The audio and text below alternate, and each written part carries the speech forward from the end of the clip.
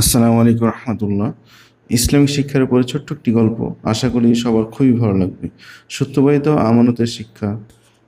একটি গ্রামে একটি ছেলে থাকতো। সে খুব গরিব হলেও তার চরিত্র ছিল অসাধারণ। একদিন গ্রামের একজন ধনী ব্যবসায়ী তাকে কিছু টাকা দিয়ে শহরে পাঠালেন জিনিস কেনার জন্য। শহরে গিয়ে ছেলেটি জিনিসপত্র কিনলো। কিন্তু ফেরার পথে সে খেয়াল করলো ব্যবসায়ী যতটুকু টাকা দিয়েছিল তার থেকে কিছু টাকা ফেরত এসেছে।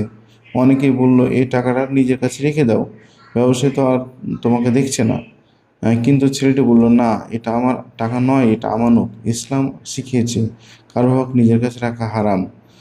সে সেই টাকাটা ঠিকমতো মালিকের হাতে ফিরিয়ে দিল। ব্যবসায়ী অবাক হয়ে বললেন, বাবা, তুমি এত সৎ কেন? ছেলেটি উত্তর দিল, রাসূল করিম বলেছেন, যে আমাকে ধোঁকা দেয় সে আমার দলভুক্ত নয়, তাই আমি ধোঁকা দিতে পারি না। ব্যবসায়ী এতটাই মুগ্ধ হলেন যে ছেলেটিকে তিনি নিজের দোকানে কাজ করতে দিলেন। পরে সেই ছেলেটি ধীরে ধীরে বড় ব্যবসায়ী হয়ে উঠলেন, আর গ্রামের মানুষ তাকে সৎ ব্যবসায়ী নামে চিনতে লাগলো। শিক্ষা। ইসলাম আমাদের সত্যবাদী হতে শেখায়।